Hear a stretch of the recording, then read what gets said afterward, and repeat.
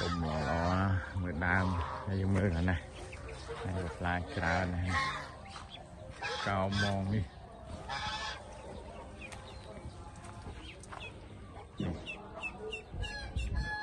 làm không mà làm không mưa này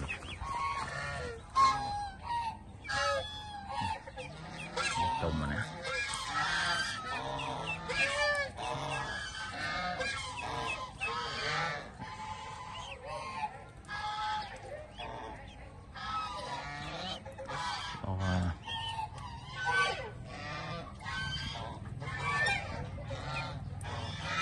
sẽ đầm chu nè cho chân làm cái spứ chủ ám nè chủ ám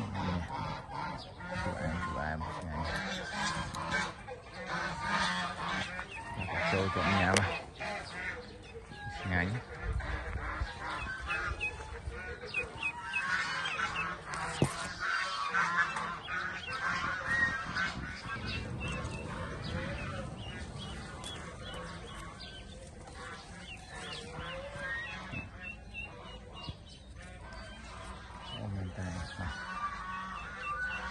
lơ nó có sắp đặt lại này.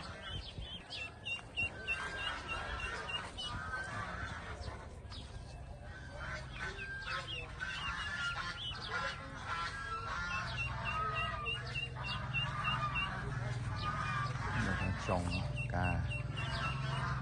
từ là mà đá lại là ngồi đầm thân mở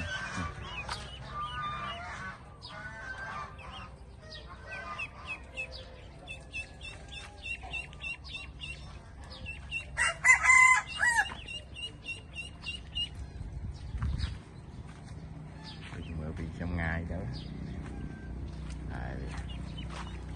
tôm này tôm á lại từ nè này